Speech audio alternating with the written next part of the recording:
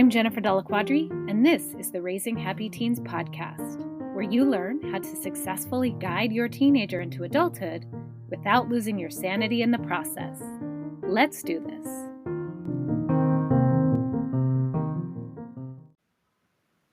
Welcome back to the podcast. I just wanted to take a moment to share with you how appreciative I am of you, my listeners, this holiday season. This podcast has been around for almost 3 years now, and I just shared some milestones on my social media accounts, how far this podcast has come. I hear from you all of the time, your thanks and appreciation for the episodes and the content, and I have to say from the bottom of my heart, it is my absolute pleasure to host this show and to meet you and to share expertise with you, to bring people on and really form a community around raising teenagers, because I know as the parent of a teenager how isolating it can feel sometimes. So I just wanted to share with you that this holiday season, and also let you know that I'm going to be following some of my own advice and taking some time off. But I didn't want to leave you hanging, which is why I am releasing for 2 weeks in a row some of my very favorite episodes. Some of the episodes I hear from people all of the time how much they appreciate them. So you can either have a re-listen, or maybe you just haven't had a chance to listen yet, and now is your chance. And if you have heard this episode before, both of the episodes I'm going to be sharing with you were released over a year ago, and I am venturing to guess that your teenager has grown quite a bit over that time. So it is worth a re-listen and just looking at it with a new pair of eyes and just thinking, how can I apply this to parenting my teenager in 2025 so that I can improve my relationship with them even more? So go ahead and enjoy these 2 weeks of replays and know that I will be back in 2025 with some fresh content. I am already planning out some really fantastic episodes with some good guests and some really new, amazing content that will help you in 2025. And as always, find me on Instagram, say hello, share this podcast with friends, subscribe and like, and make sure you follow so that you get notified when new episodes come out. We are all a community here, and I hope you and your family have an incredible holiday season, and I will see you in the new year.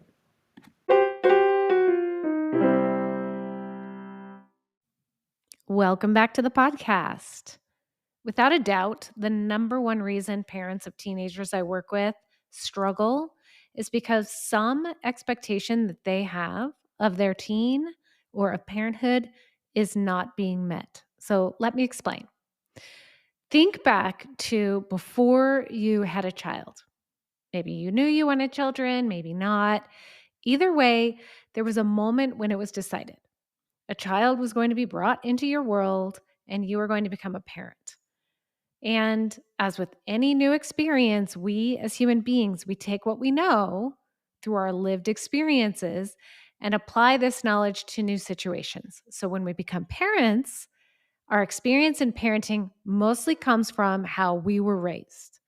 And if your experience growing up was mostly positive, you likely took the good things you learned from your parents and planned to apply those same things and that knowledge into your new role as a parent.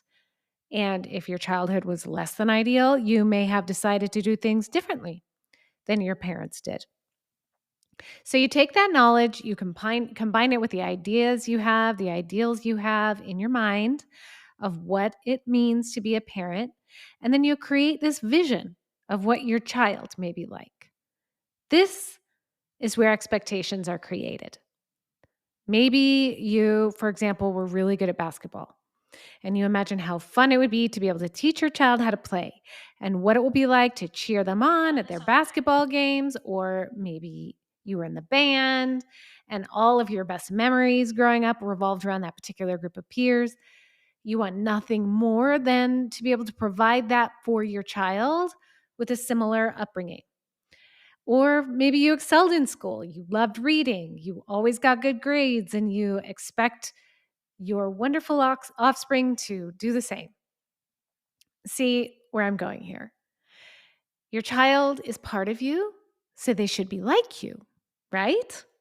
And even if you know realistically that your child is their own person and you swear up and down that you will support them no matter what, no matter how they turn out, you still have some kind of idea of what they may be like just because they are your child. Now, listen to this next part because this is one piece of advice that will save you a lot of frustration as a parent. Here it is. The more expectations you have, the harder parenting will be for you and your child. And the more deeply ingrained those expectations are, the further you will fall when you are ultimately let down. So let me save you a lot of stress and heartache and tell you this. If you really want to be the best parent you can be for your teenager, and I know you do because you are here, you must let go of your expectations of who they are and who they will be.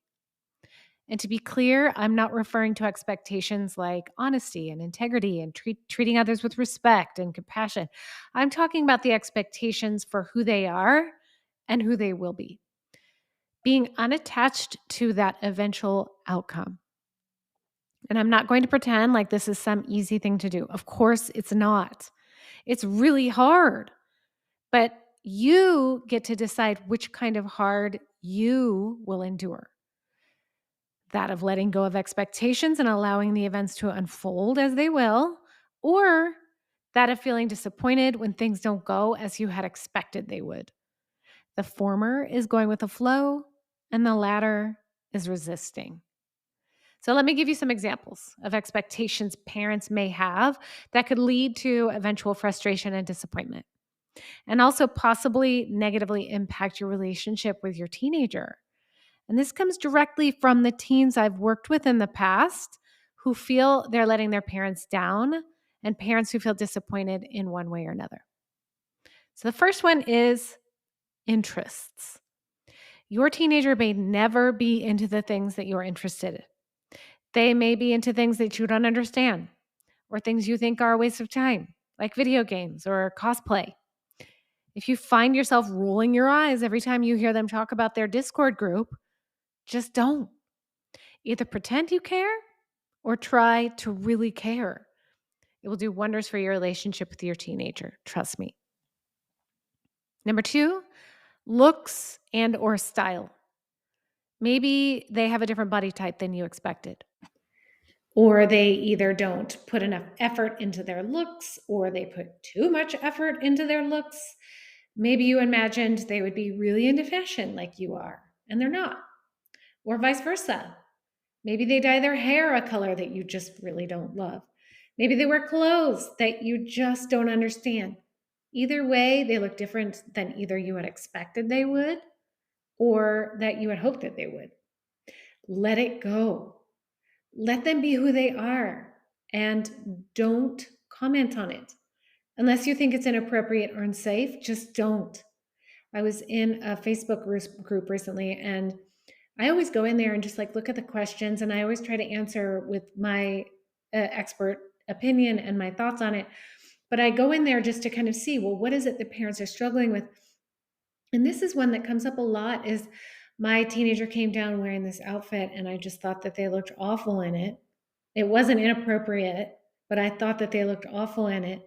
And then I always go to the comments. I'm like, well, is everybody seeing this and thinking, don't say anything? But they're not. They're saying, well, you should say something.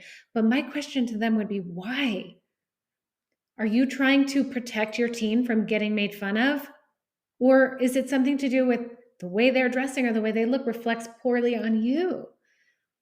The last thing your teenager needs is to feel judged by their own parent about what they're wearing. So if they go out and they wear something, maybe somebody's going to judge them, but at least they know at home that their parents never would.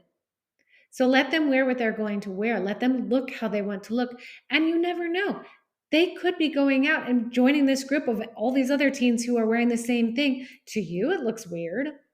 To you, it doesn't look great. But to their peers, it's normal, right? So just don't comment. You can tell that this is a hot topic for me. Don't say it. And if you do really want to say something, say it out of curiosity and not judgment. And I feel really funny saying that because really, how do you say that you look awful in that outfit with curiosity? It's going to sound sarcastic. So it just goes back to don't say anything. Okay. The next one is with their abilities and their skills. So just because you're good at something, it doesn't mean that your teen's going to be good at it as well. Kind of goes back to that basketball and band examples in the beginning. You've developed skills from an interest that you had, or maybe your parents forced you to develop those skills. Either way, you're able to look back and be glad that you have that skill, but your teen will find their own skills. Do you really want to force a specific skill onto them, or would you rather provide opportunities for them to find their own way? And if you expect that your teen's going to be good at something and they're not, you'll just end up being frustrated. And they'll feel bad because they've let you down. Of course, introduce to them the things that you'd love for them to develop an interest in, but don't force it. The next one is friends and romantic partners. This is a big one. Let your teen find their people. The lines really aren't as black and white as they were when we were growing up. Like you think about the movie Breakfast Club, it was very clear cut who's in what group and who's in what social standing in the high school. Things are a little more fluid now. And to be honest with you, I don't know about your experience, but mine growing up, the kids that were more successful were the ones who were able to blend in and out of different groups. So don't expect your teen to be popular or part of the theater kids, or a nerd, or a geek like you are.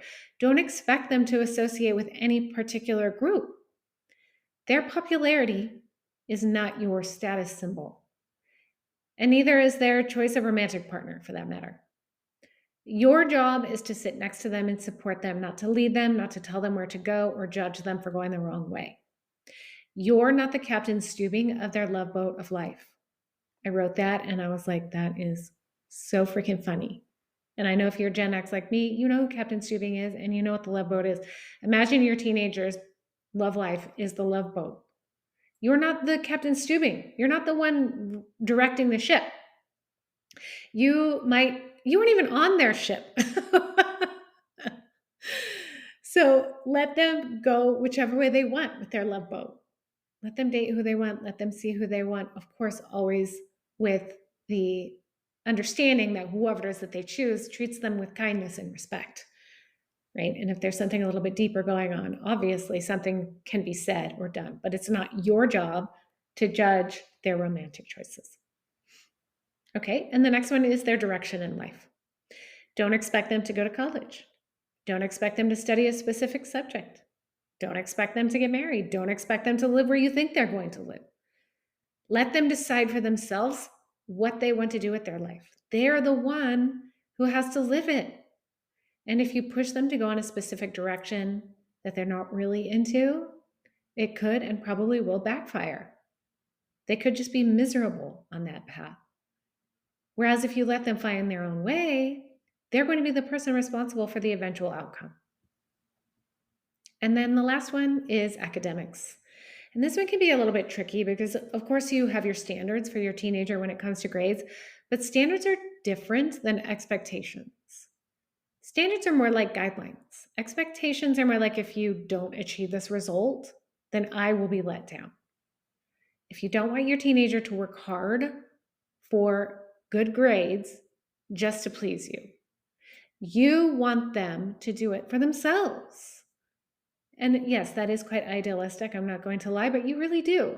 And so you let that guide how you parent. It all really boils down to your long-term vision for your relationship with your teenager. When you're able to let go of those expectations and really just allow your teenager to be who they are, you'll really be able to enjoy being their parent. So get in the roller coaster, strap yourself into the seat next to them, and prepare to ride the ups and downs together. Thanks for tuning in, and I'll see you next time.